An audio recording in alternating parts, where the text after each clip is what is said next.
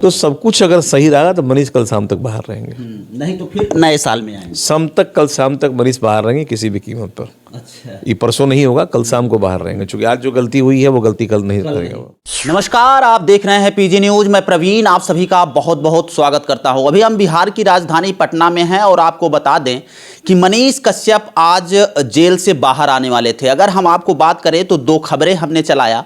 लाखों दर्शक जेल के बाहर उनका इंतजार कर रहे थे, लेकिन क्या कुछ ऐसी मिस्टेक होती है कि मनीष कश्यप को जेल में ही रोक दिया जाता है। पूरे बिहार वासियों में अगर हम बात करें, हर्षोल्लास का माहौल था, लेकिन वो माहौल जैसे 5 के बाद घड़ी का कांटा छपे जाता है, वैसे एक खबर प्रसारित की जाती है कि मनीष कश्यप आज जेल के बाहर नहीं आएंगे। ऐसे में अगर हम बात करें तो पटना हाई कोर्ट के सीनियर अधिवक्ता जो लगातार मनीष कश्यप की केस देख रहे थे, हमारे साथ यस के मिश्रा सर हैं। हम इनसे बातचीत करेंगे कि आखिरकार क्या त्रुटियां हुई सर कि लाखों लोगों का आज दिल टूटा है, मनीष कश्यप बाहर क्यों नहीं आ पाए। सर बहुत बहुत स्वागत है आपका पीजी न्यूज। बहुत शुक्रिया जी सर। अगर सबसे पहले सवाल की बात कर लिया जाए, आज सोशल मीडिया पर कई दिनों से यह खबर चल रही थी कि 22 तारीख को शाम तक मनीष कश्यप बाहर आ जाएंगे, तो क्या कुछ कमी हुई कि मनीष कश्यप आज बाहर नहीं आ पाए? देखिए, कोर्ट में दो तरह के लोग काम करते हैं जो कि ऑफिशियल वर्क देखते हैं। एक स्किल्ड है, एक नॉन स्किल्ड है। वो जो स्किल्ड लोग हैं वो काम नहीं करते हैं, तनख्वाह लेते हैं, और जो जिनके पास कोई स्किल नहीं है वो नाजायज़ कहे जाते हैं। उनको ABCD का भी ज्ञान नहीं होता है। तो जो कस्टडी में हैं, जो लोग जेल में हैं, कैदी या अभियुक्त बना दिया गया है, चाहे इनोसेंट हो या अपराधी हो, जो भी हो, वो निकलने के दिन बेल होने के बाद एक एक मिनट उनके लिए बड़ा महसूस कटता है कि भाई हम निकलने वाले हैं, मेरे घर वाले बाहर खड़े होंगे। और यहाँ जब रिलीज ऑर्डर जाता है तो नाम के स्पेलिंग में गलती होती है। मतलब वो ऐसे स्टाफ ऑफिस में है जो गवर्नमेंट सैलरी ले रहे हैं, जिनको नाम भी लिखने नहीं आता है। ये विडंबना है हमारे प्रशासन का और बिहार सरकार का और न्यायिक प्रक्रिया का भी, कि वैसे लोग जो नाम मनीष नहीं लिख पाते हैं वो भी अभी गवर्नमेंट सर्वेंट बन के और तनख्वाह ले रहे हैं। आज भी ऐसा ही कुछ हुआ है।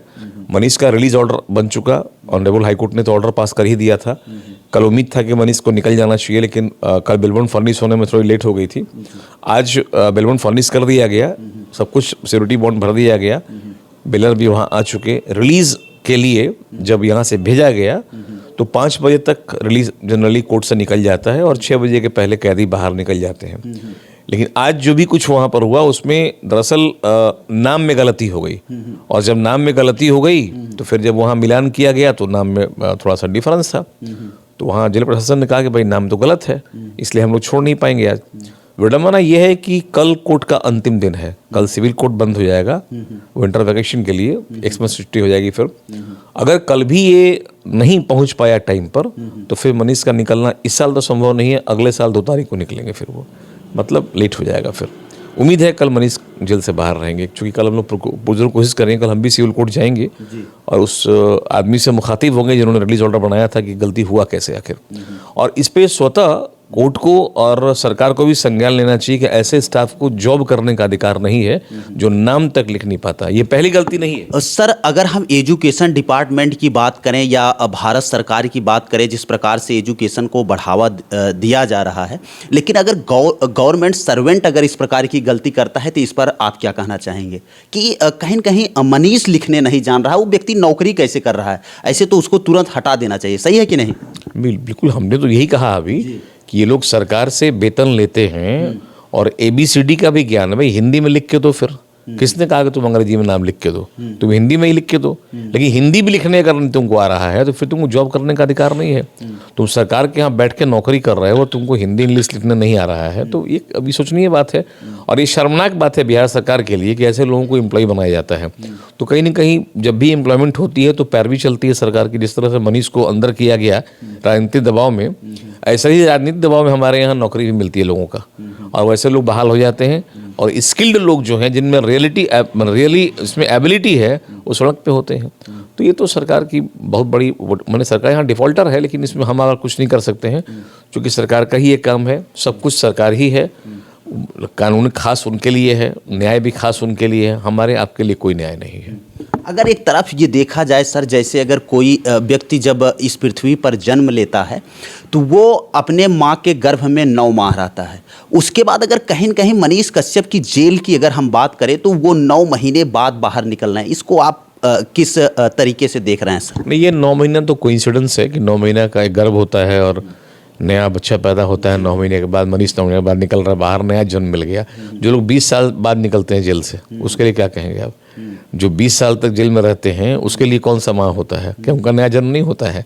जो 3 साल बाद निकलते हैं उनके लिए होता है। ये तो कोइंसिडेंस रहा कि इनको 9 महीना का कस्टडी हुआ, 8 में नहीं वर्चुअली हुआ, 9 महीना नहीं हुआ तो निकल रहा है बाहर वो। तो ये नया जन्म नहीं हुआ है।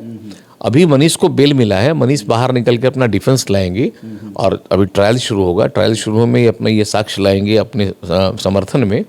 प्रोसिक्यूशन भी अपना साक्ष्य पेश करेगी, फिर आर्गुमेंट होगा, बहस होगी। बहस होने के बाद न्यायालय तय करेगा कि मनीष निर्दोष हैं, बरी कर दिया जाए या दोषी हैं, सजा कर दिया जाए। अच्छा, उसके बाद भी न्यायालय तय करेगा? ये तो सिंपल बेल मिला है। अभी तो बेल मिला है, मतलब आप हमेशा अभी आइज ऑफ लॉ में हैं।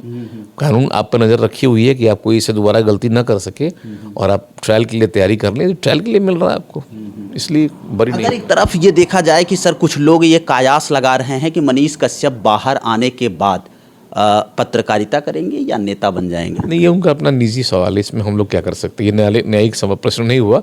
आप अभी से निकल के या मेरे गेट से बाहर जाएंगे, क्या करेंगे, हम कैसे कर सकते हैं?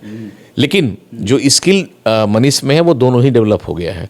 मनीष एक अच्छा पत्रकार भी हैं और एक लीडरशिप क्वालिटी भी उनमें है। विधानसभा लड़ चुके हैं वो, तो नेता बनने की भी खासियत उनमें है और साथ में भी एक अच्छे पत्रकार भी हैं, बेबाक बोलते हैं, कई एबिलिटीज़ उनमें हैं और बिहार को प्रतिनिधित्व करने की क्षमता उनके अंदर है। तो उनको बिहार के प्रतिनिधित्व करना चाहिए। मेरा अपना मानना है कि वो चुनाव में आए और चूँकि ग्राउंड जीरो से उन्होंने बहुत गरीबी को भी देखा है, अमीरी को भी देखा है, करप्शन भी देख रहे हैं, वो सुधारने की बात भी कर रहे हैं वो।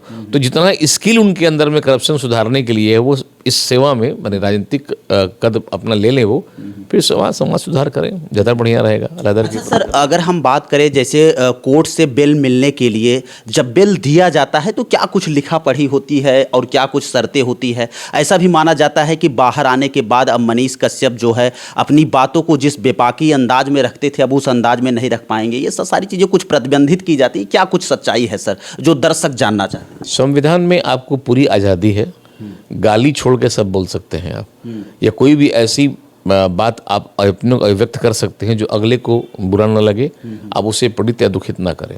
अपनी बात रखने की आपको आज़ादी है। मनीष को आज़ादी पहले भी थी, अभी निकल के आए हैं और हिम्मत बढ़ गया है और हौसले के साथ अपनी बात को रखेंगे वो, चूँकि न्यायालय या पुलिस वाले अब दोबारा ऐसा गलती नहीं करेंगे जो पहले कर चुके हैं वो। कोई साक्ष्य उनके पास नहीं है, हमने तो केस को देखा हुआ है। कोई साक्ष्य उनके पास नहीं है, कोई दम नहीं है उस केस में जिस केस में इसको अंदर रखा गया था और माननीय न्यायालय ने इसको सही पाया, तभी तो बेल मिला इनको। तो फिर यही गलती अगर रिपीट करते हैं वो, तो कहीं ना कहीं लगता है कि इंटेंशनली मनीष को अंदर करने की बात है। बहुत लोग का कहना है कि चुनाव के पहले मनीष को अंदर कर देंगे, कभी नहीं करेंगे वो। चुनाव के पहले मनीष को अंदर करने की हिम्मत उनकी नहीं है, कभी ऐसा नहीं करेंगे वो, क्योंकि अभी तो एक पहला एपिसोड खत्म नहीं हुआ, फिर नया एपिसोड में हाथ डाल देंगे। तो कोई भी गुनाहगार अगर हो तो उसको आप सजा दे सकते हैं, जेल भेज सकते हैं, लेकिन इसका गुनाह क्या था? जिस वीडियो वायरल करने के इल्जाम में इसको अंदर किया गया था, वीडियो पहले ही वायरल हो चुका था, लेकिन वो बिग फिशर्स थी। जी न्यूज़ था, हिंदुस्तान पेपर था, वो पैसे वाले लोग हैं, उनको छूने की हिम्मत सरकार में नहीं थी। तमिलनाडु गवर्नमेंट की हिम्मत नहीं थी छूने की उनको, क्योंकि मीडिया से अगर वो पंगा लेते हैं तो मीडिया ही इनका पूरा पोल खोल देगा। तो इसलिए मीडिया को पैसा देके ही लोग बुलाते हैं और पालते हैं मीडिया को। नहीं सुने गोदी मीडिया का क्या नाम चल रहा है आजकल? तो ये मीडिया में जो वीडियो इस पे आरोप लगाया गया मनीष पे, वो पहले ही किसी जितेंद्र नाम के लड़के ने वायरल किया था। अब वो कॉन्फेस किया कि हाँ हमने उनका आईडी हैक किया था, उसे छोड़ दिया गया।